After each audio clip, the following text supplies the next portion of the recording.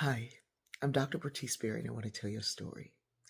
Many years ago, I had the opportunity to do an interview with the James Earl Jones.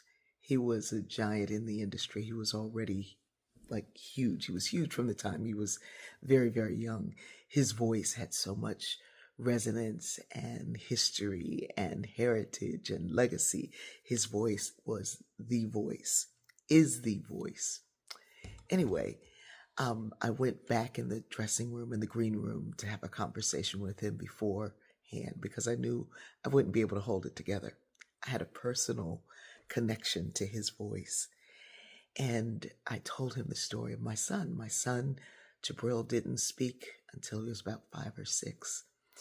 And he would indicate, he would, nod, but he didn't speak. And so we went to see The Lion King, and we came home from The Lion King, and I was like, "Are you Simba? Are you Simba?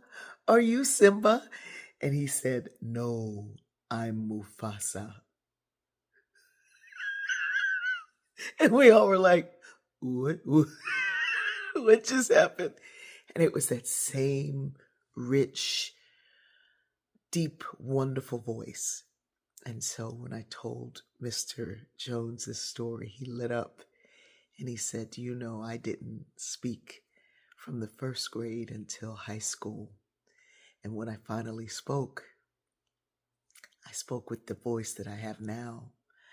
And my teacher was so amazed. And my teacher brought out my voice. He had me read a poem, and that was the voice that came out. Many people don't realize that James Earl Jones was a stutterer. And so controlling breath and the voice and the language is what enabled him to focus on not only that not stuttering, but also focus on who he is. People who know me well know that if I'm tired, if I'm exhausted, if I'm drained, my stutter comes out. And I work very hard to make sure that it doesn't. But what I want to share with you today is the voice that is James Earl Jones came from a voice of struggle, a voice of difficulty, a voice that has to focus on being what it is. We all have a voice that comes from something else, that comes from whatever we're being told.